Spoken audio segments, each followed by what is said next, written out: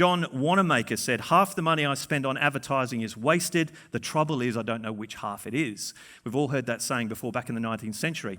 But nowadays we've got things like A/B testing and a whole bunch of digital stuff that we can use to know which part of our marketing is working and which part of our marketing isn't. Communication these days is instant and interactive.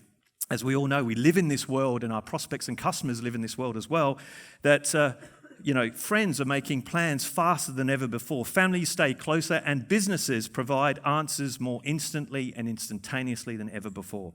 Customers expect conversations to happen how, when, and where they want. It's all on the customer time of view now. So how do we keep up with this ever-changing customer and this ever-changing marketing environment? They also choose whatever platform they want. They can go from anywhere. They can go on your brand. They can be calling you. They can be, on email. They can be on social. They can be across every kind of platform that they choose to be on. And then there's also the voice search. ComScore predicts that 50% of all searches next year will be conducted by voice search. So we're now going to start thinking about, okay, it's not now just about the old type search into Google, it's now the voice search. So how are we going to start to bring that into our marketing? We're also having these real-time conversations with our Watsons and our Bixbys and our Cortanas and all of this kind of stuff and our Alexas. So we're starting to become part of this voice kind of world where we're all kind of living. So we need to start, I think, today. One of the things I just wanted to kind of set the scene, forget today whether you're in a B2B or a B2C. It doesn't matter. You're in a B2H. Anyone heard the B2H? Business to human kind of world, all right? We're all about connecting with our customers. It doesn't matter if you're B2B or B2C. There's always a human at the end that you're selling to or you're nurturing and bringing into your business.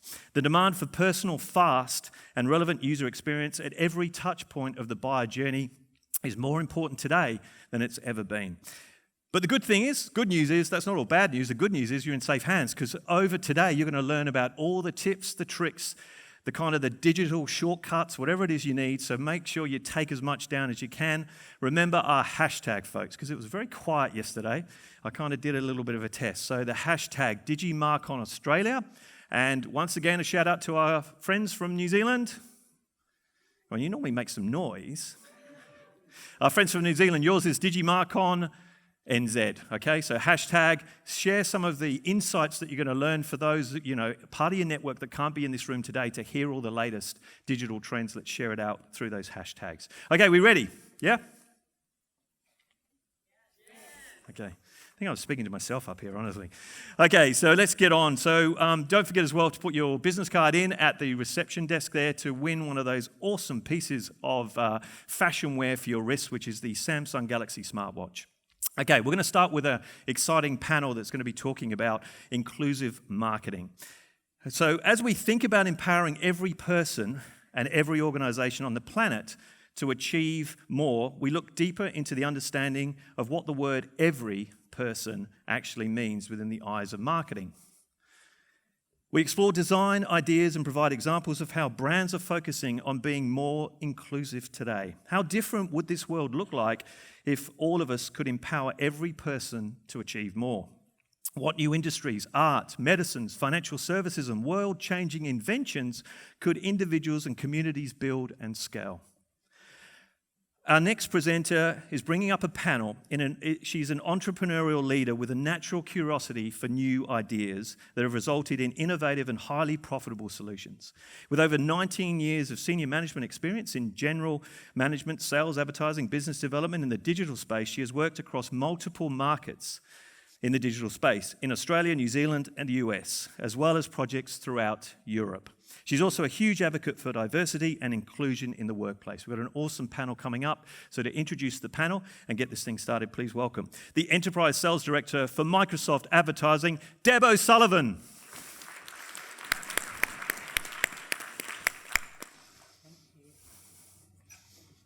Hi everyone, I'm Deb. I am a wife. I'm a mum of 2 small kids and I work at Microsoft in the advertising team. And I'd love to now invite onto the stage the panelists.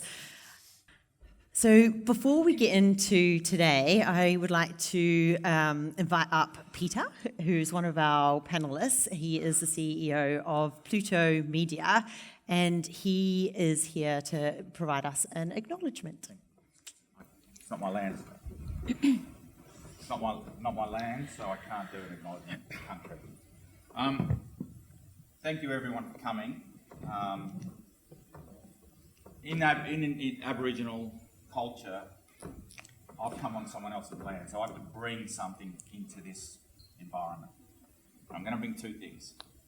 Today, can you all please look at this? It's something that's really important in our culture. It's called a campfire. Campfire is the most important thing in Indigenous culture. It's where we meet, it's where we yarn, it's where we talk, and it's where we listen, and it's where we show respect.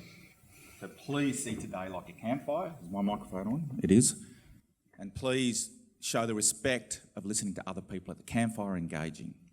Second thing I'd like to bring into this land is the power of listening between the words. We call it listen to the silence between the words.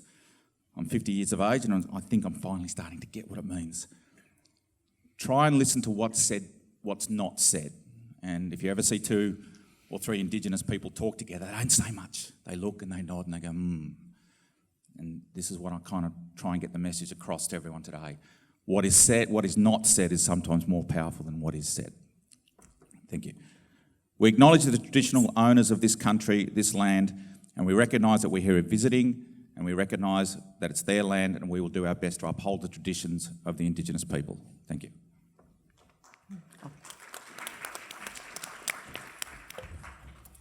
Thank you, Peter.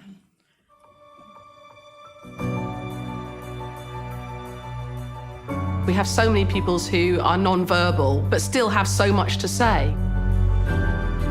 I want the exact same information that my hearing friends have. There are barriers to communication everywhere, but I think it's time we look at the barriers as opportunities to reach out to everyone. Soundscape fills in a lot of the mental map as you move. Approaching intersection. You can just put it in your pocket and go. With ALS, you become locked in. But we see technology as a way to give back what ALS has taken away. There's no better feeling than to hear a child say something that they've wanted to say and the look on their face after they've been able to say it. When it's reading, I see spaces between the words, and it's easy to focus on. Ajay realized that here was something that could change his life.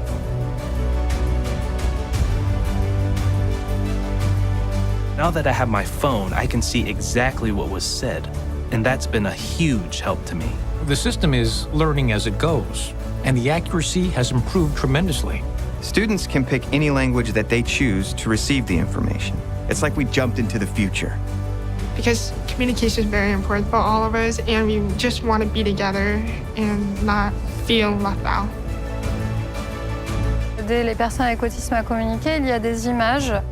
Je parle, je donne une information à Arthur et elle est traduite par l'application El Picto instantanément en pictogramme et après d'une façon orale. Va t'habiller et te brosser les dents.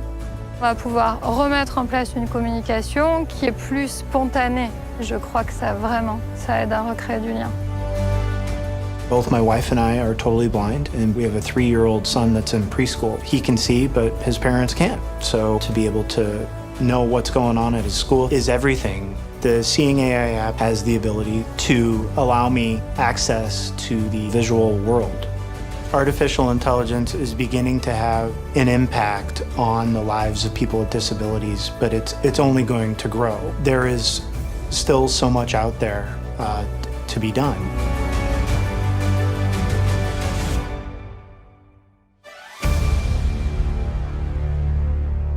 When I was 7 years old, I was sitting in my classroom and all the other little kids in the class were in a reading group that was titled Koala or Kangaroo or Lion or Tiger or Snake.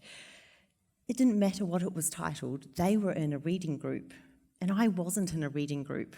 The teacher said to me, go sit in the corner and read by yourself. The problem is, I couldn't read. I'm dyslexic. And as an 80s kid And a teacher who didn't know how to handle that was really hard. She told me, and she told my mum, that I was dumb and that I would never come to anything. I am incredibly proud to work for a company like Microsoft, a company which is doing good for the world. We try our best at all times to think inclusively when we build products, when we design services, and when we market to the world. And I tell you this story about me as a child because each of us have had an experience like that. Think back to that time in your life when you were excluded and how hard that was and how horrible that felt. And as marketers, use that as your superpower. Because as marketers, we have got an enormous opportunity. Brands can really, really shape the way that people feel, the way that they act, and the way that they see the world. And that's what today's discussion is all about, inclusive marketing. And I've got an amazing bunch of panelists here today to talk who will share much more incredible stories than what I've just shared. And I want to give a lot of time to them. So what I'm going to do quickly is just take you through some context about what we think inclusive marketing is at Microsoft, what we see some amazing marketers around the world doing, and then I'll hand over to our panelists. So first up, the world is diverse, and it's becoming more and more diverse all the time. These are just some of the statistics. So 1.2 billion people in the world with disabilities. In Australia, it's 1 out of 5. 700 million people in the world, part of the LGBTQI+ community.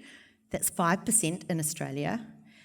And from an ancestral point of view, 75% of all Australians have ancestry outside of this amazing country.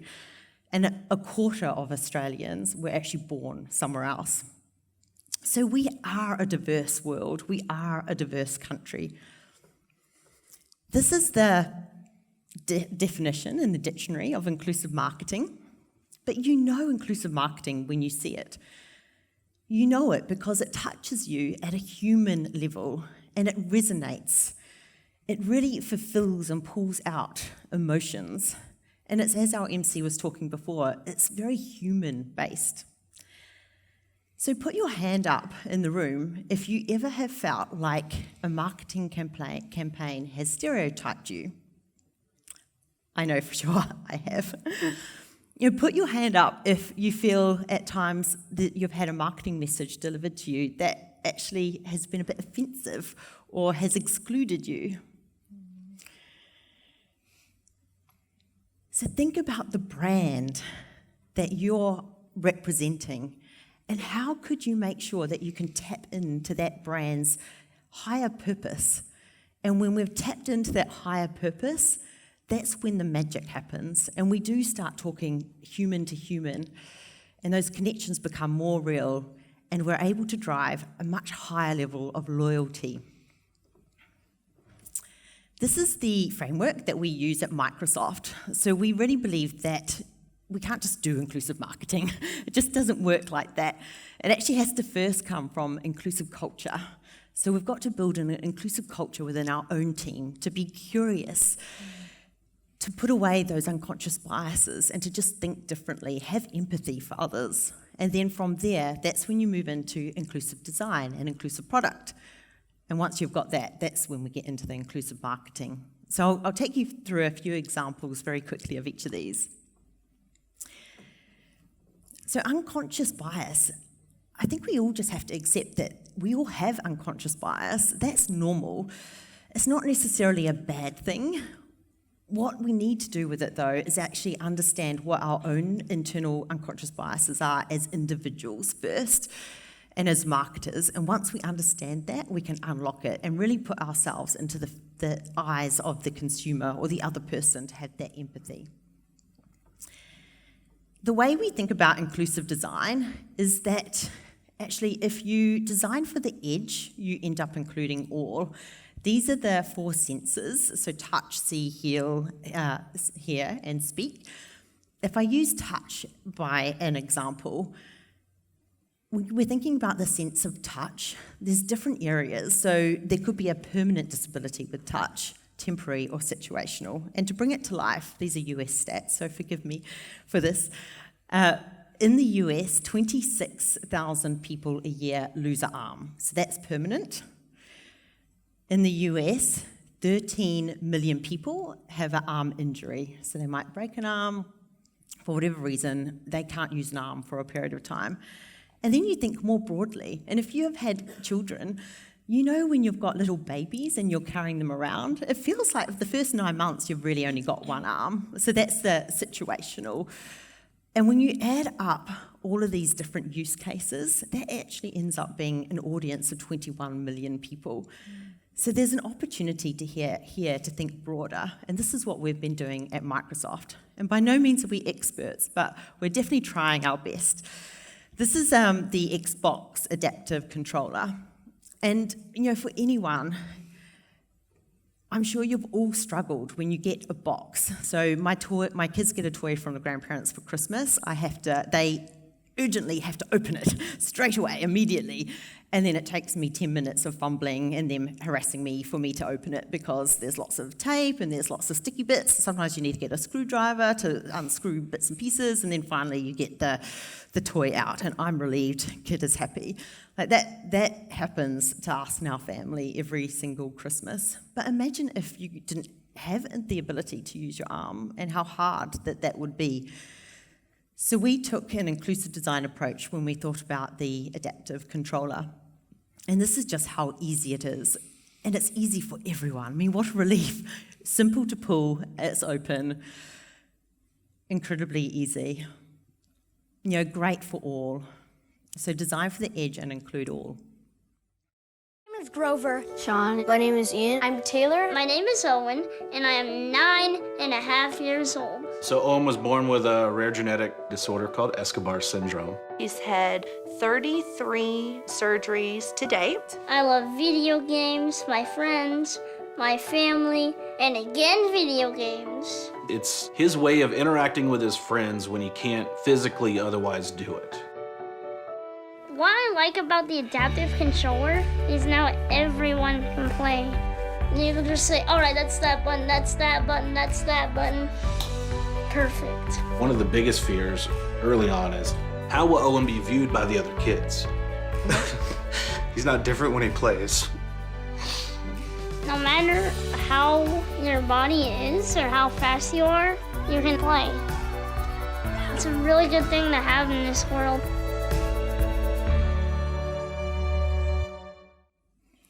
It's always a tearjerker, that one. So I'll just quickly take you through a few other examples of companies that we think are doing a great job in inclusive marketing. So one is Air New Zealand, so go the Kiwis.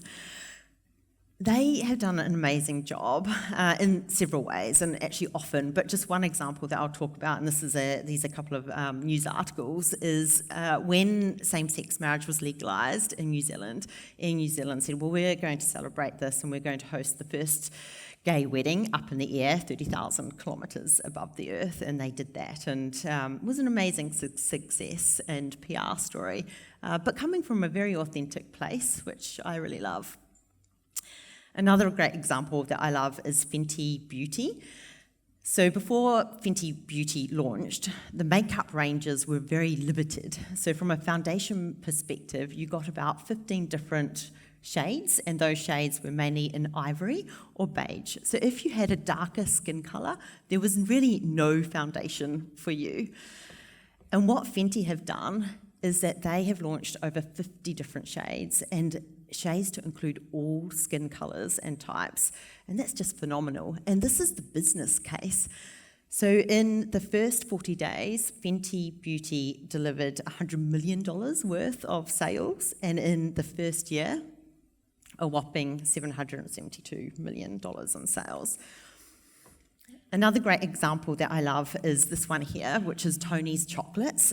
So did you know that actually 2.3 million children work in cocoa fields? That's children working as slaves in cocoa fields. So what Tony's Chocolates decided is, nope, that's not us. We don't want anything to do with that. And they created, using blockchain, an amazing technology to be able to track the cocoa beans and to make sure that none of the cocoa beans that they use have been harvested by children, which again, incredibly phenomenal. And we know from the research that we've done at Microsoft that millennials in particular feel very strongly about associating themselves with brands that are doing good.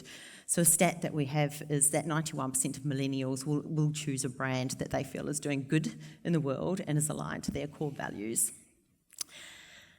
So I shall get on to the panel discussion. I'm very excited to welcome officially onto the stage our panellists. So we have got Caroline, who is very passionate about building a world of accessibility, of play for all. And then we've got Peter Kirk, who you've met already. He's the CEO of Pluto Media, and he is passionate about being an advocate for creating pathways for Indigenous people into this industry. And then Shaney, who is dedicated to serving the world of creators using business for doing good. So welcome to all of you. It's a pleasure to have you today. So to start with, the question that I would love to pose to each of you is, would you mind sharing the purpose behind your work? So why does it matter to you, and what's the purpose behind your organisation? Who would like to go first? I can start. Yes, go, Shaney. So hi, I've been in the advertising and marketing and media world for the last 18 or so years, and 3.5 years ago started my own events business. And it's a very cluttered world of events. And when we started, we kind of thought, like, what can we be, or what can we do that feels different? And as both of us are mothers of small children, we wanted to make sure that we could make really meaningful experiences. We didn't want people to come to events and feel like they got their goodie bag and left. We wanted them to feel really moved. So our purpose is to make all moments matter, and that means bringing ideas into the physical world, making them matter, but also, making them meaningful. So I guess on the other side, I'm a partner in an events business, but also of an event called Good is the New Cool, which we licensed out of the United States this year.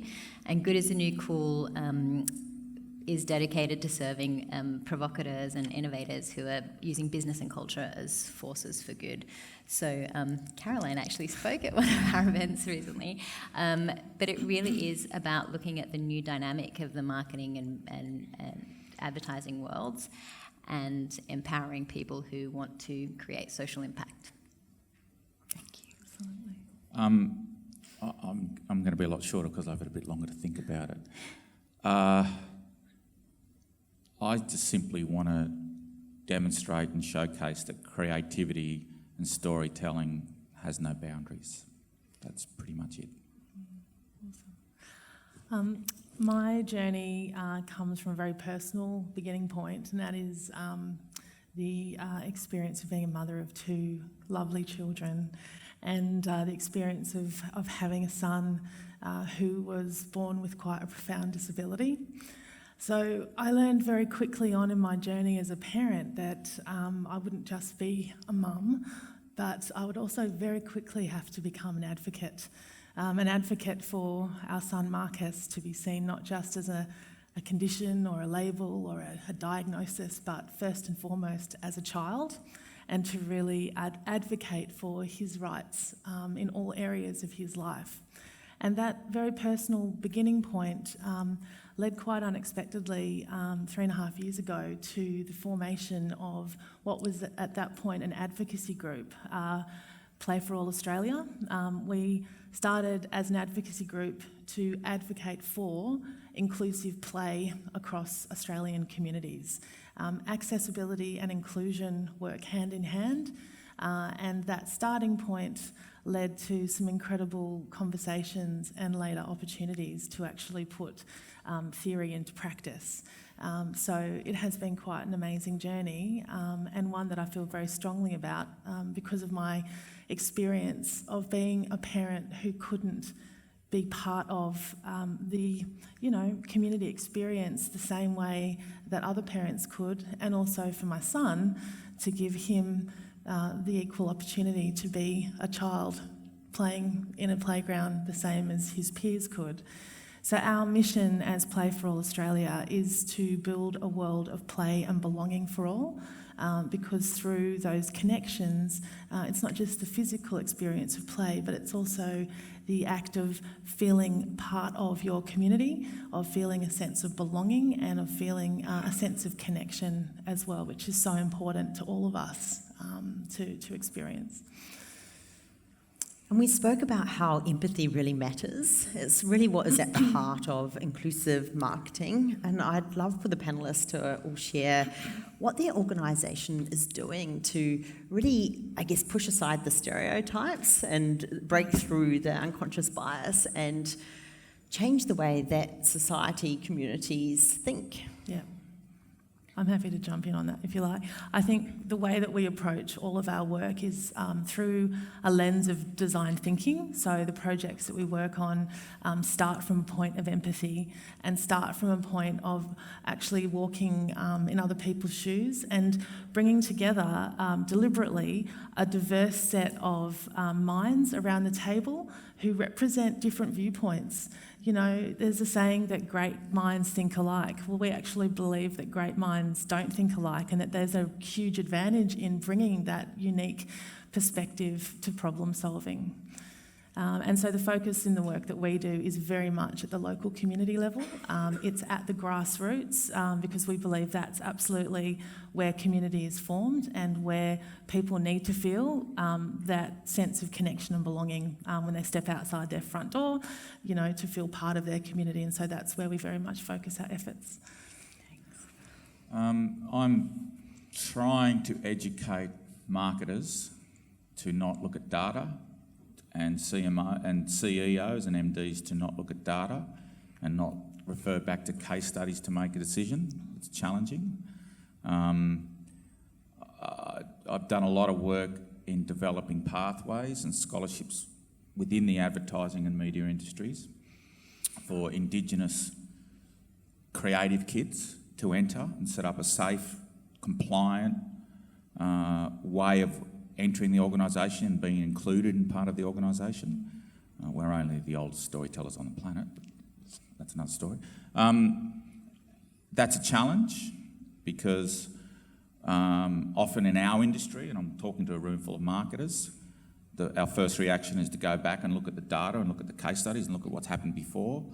And when you're coming from a base of zero, there's nothing I can refer to.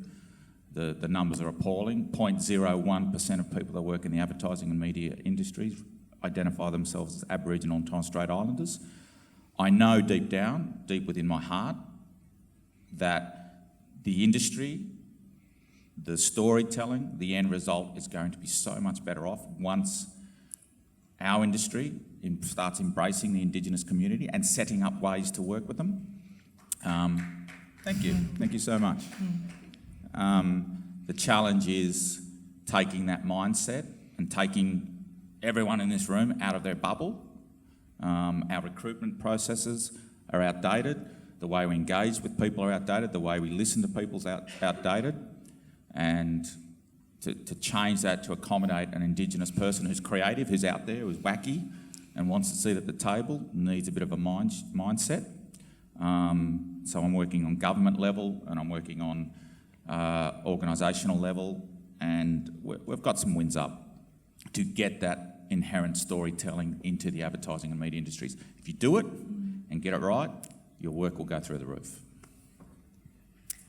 Yeah, I agree. I mean, with marketing and advertising, we have such a responsibility to deliver great things. And what we've seen in the last 5, maybe even 10 years is that businesses, brands are doing well by doing good. And there's a definite, symbiotic relationship between profit and purpose. And I think purpose started to be a trend, but people who are doing it really well have accelerated. Looking at the likes of Patagonia or Ben & Jerry's, people who stand for something can really succeed. So I think for us, we realise that brands are at a really important point, and for the first time in a long time, there's a crossover of commerce and culture and conscience. And those three things are actually driving spend. So if you can get it right, as you said, millennials, over 90% of millennials will switch brands because of alignment of ethics and values. So those millennials are soon to be worth $3 trillion worth of spend, and they vote with their wallets. So you want to be on the right side of millennials, and they can smell it a mile away if there's any level of inauthenticity in there. So you need to kind of not just brand wash, but build your business with purpose at the heart.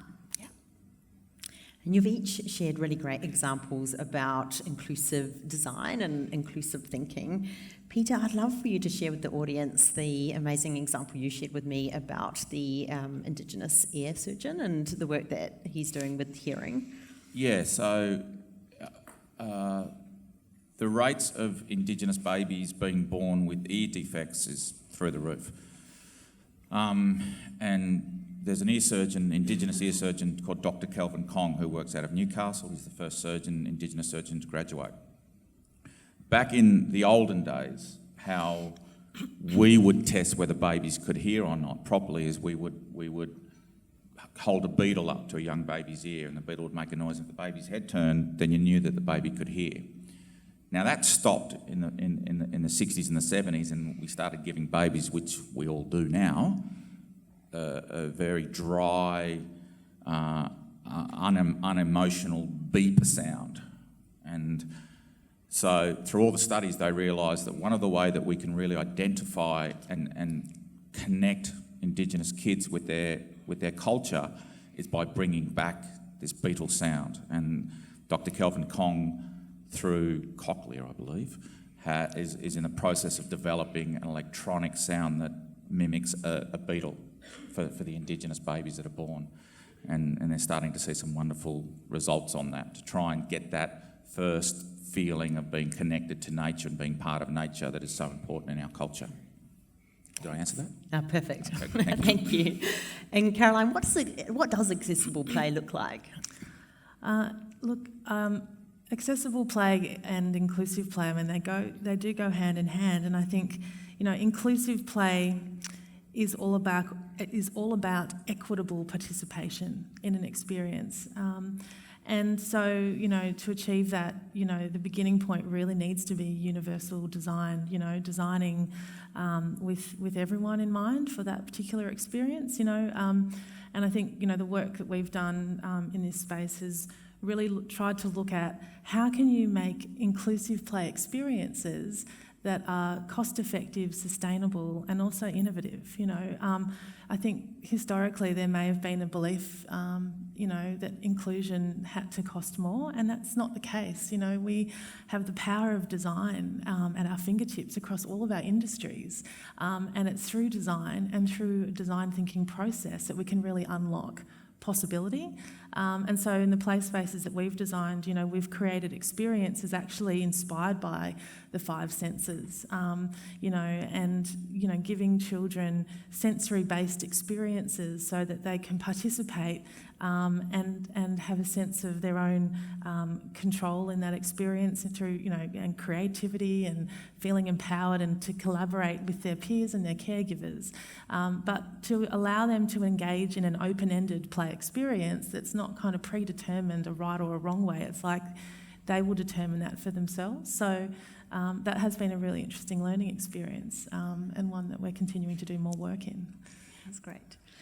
And Shani, we spoke a bit about event space and some of the fascinating ways that you're really making sure that the events are touching people in quite a human way. Would you mind sharing some of your thinking on that with the group?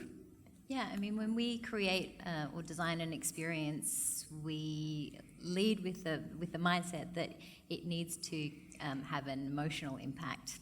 If people aren't laughing, if people aren't clapping, if people aren't crying off the back of something that you've done, we wonder whether you've actually spoken to them and spoken to who they are. So we're only a small business. We're a business of 5, but we see ourselves definitely as enablers of emotive storytelling and we pull together communities of people who really believe in doing good and making a difference to be able to tell stories like Caroline and many others. And it works across really three pillars.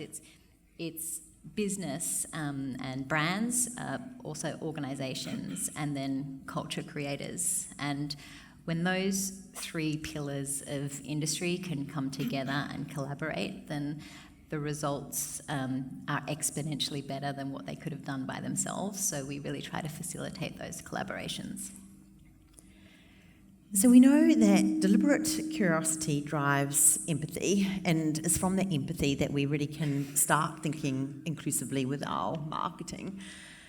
So when you're thinking about inclusive marketing, Peter, it would be great to hear a little bit more about the way that you feel agencies do need to shift and evolve in their thinking, and what you'd like to see from agency land in the future.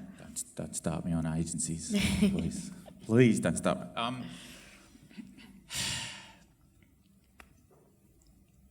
I'm sure there's a lot of leaders in this room, and there's a lot of leaders in agency. I think a lot of people have kind of lost sight of the incredibly privileged position you are all in.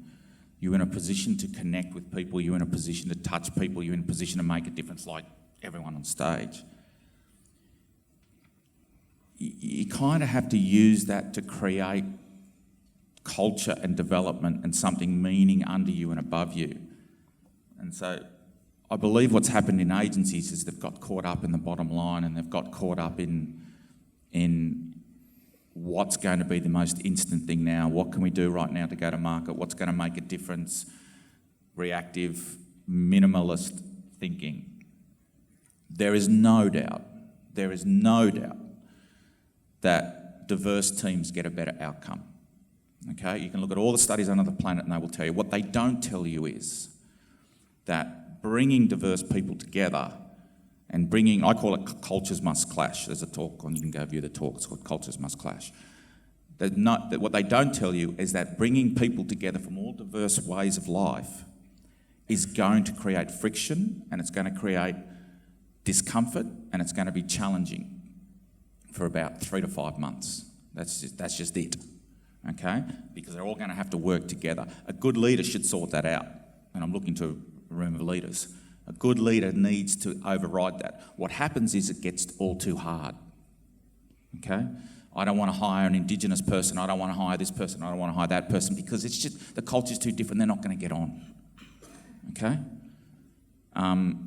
So they go to, I sat with a HR manager the other day, and I said, look, when you recruit, what do you do? She said, well, I put a job on LinkedIn, and then if that doesn't work, I go to a recruiter, and if that doesn't work, I send an email around to the whole office saying, if you know someone, and please send them our way. If we hire them, we'll get a referral fee. So they're essentially staying in the bubble. It sometimes can be too confronting to hire someone that's different, that looks different, that speaks different, that comes from a different culture. You have to override that, and you have to get through it. If you do, every single study on the planet will tell you that your workplace will be better. You know, everyone talks about mental health. Mental health is a big thing in our industry. You get a different culture working together. You get people learning about different cultures and mixing together. I can guarantee you mental health will decrease. But if you're going to work and seeing the same people every day, having the same conversations every day, doing the same thing every day, thinking your work is brilliant every day, chasing awards every day, probably why there's a little bit of mental health problem, because no one's expanding their mind. So that's what agencies need to do. Agencies need to understand this is a journey. You're going to have a rocky road for 5 to 6 months. That's it. There's no doubt about that. But a good leader and a good manager should overcome that to understand the end result is going to be something magical. I've seen it. I've been part of it. It's not easy. But once you get to the end, believe me, you'll be producing outstanding work. That's my answer. And Caroline, you were sharing some great stories with me about your thoughts around marketing, and particularly communication within marketing, and the role that comms can play to drive inclusivity. Mm-hmm. Would you mind sharing your thoughts? Yeah, sure. Yeah. I heard a great expression the other day, which was, brands, businesses, companies, communication. what if we could be radically inclusive? I love that thought, radically inclusive. What would that look like? What would that feel like? I absolutely agree, and Shani made this point too about, just ensuring authenticity in all of our work to create a really clear and real connection that's emotional, with people. But radical inclusion, I think, is a really exciting thought. And I think, that leads to, a conversation about representation, who we're portraying, who we're putting the mirror up to, people respond when they see themselves represented, when they see their family or, their culture, their experience represented. So I think, that idea, it's an interesting thought, but to, really ensure that we are radically including everyone that loves our brands and businesses, and showing that they're part of the journey, and that the work as well, when it comes to communication, can be both ads and acts, and I think that's important. We see a lot of brands who are both walking the walk and talking the talk at the same time. People respond to acts as much as the emotional connection that brands build with them. So I think those are two really interesting things to be thinking about, and looking at what feels authentic and what is real and right for, each brand and business that's represented here.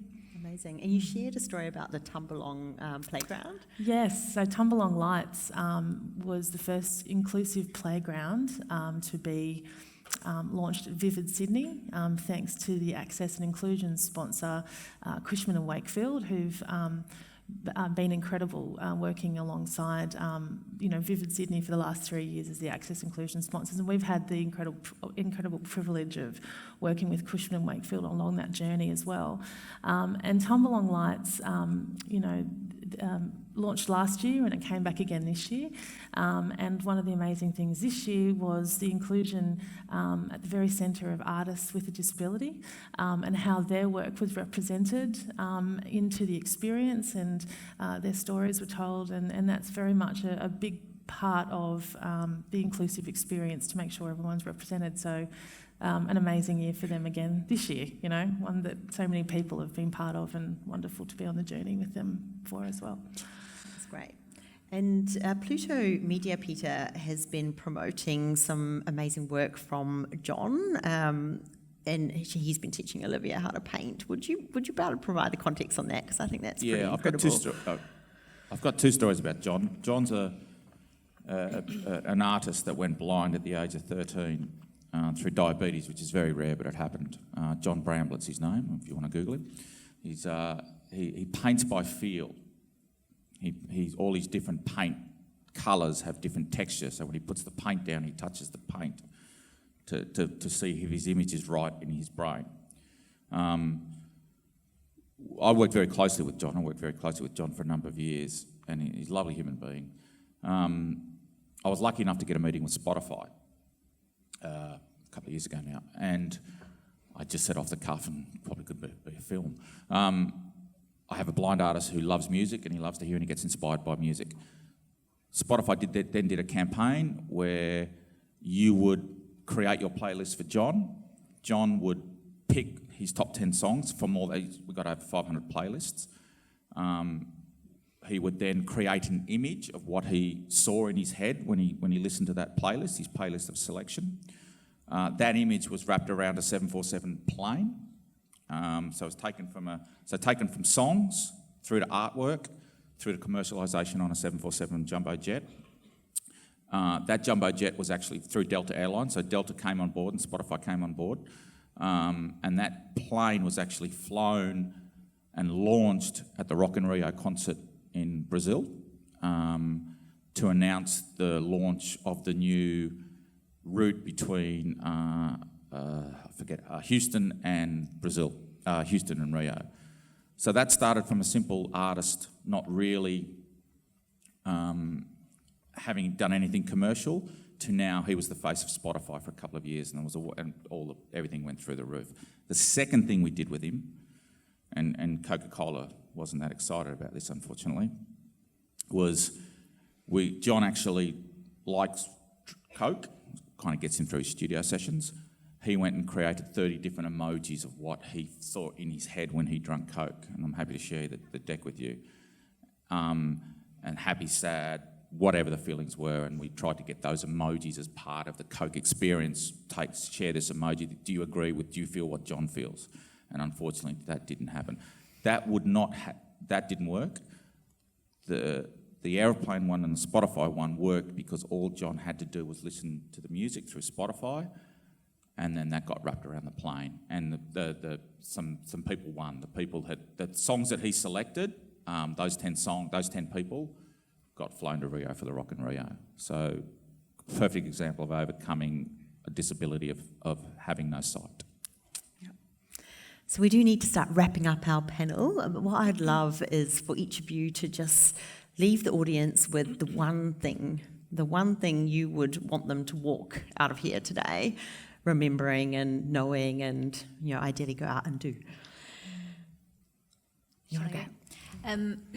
We say it very simply, don't advertise, solve problems. And I think brands are doing that more and more successfully.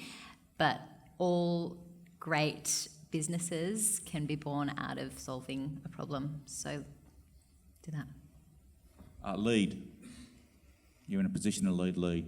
Get away from your desk, get away from Excel spreadsheets, get away from data, get away from groupthink, get away from having 13 levels of sign-off to get a decision made. Lead. Back something and see it all the way through. Trust me, it'll work. I'd actually like to... You could laugh about that. It's true. It's true. I'd actually like to borrow from Elise Roy, who I think is one of my all-time favourite TED Talks. If you have the chance to look at her TED Talk, it's absolutely amazing. And she has this brilliant insight and truth, which is when we design for disability, we all benefit. So when we design, whether that's a communications campaign or whether we're designing a product, think holistically and inclusively about who you're creating that for. But I love that thought from her. When we design for disability, we all benefit, and there's numerous examples that prove that to be true. Yeah, amazing. And the one thing that I would lead you all with is make it personal. Going back to my story at the beginning about dyslexia, everyone's had a moment when they have felt excluded. Use that feeling of being excluded as your superpower, as a human and as a marketer, to really do good in the world and in your positions. So a huge thank you to all of our panellists today. It's been amazing to host you, and you've all done a fantastic job. So thank you for coming, and to all of you, thanks for being a great audience, and I hope that you've enjoyed our discussion. Thank you. Thank you.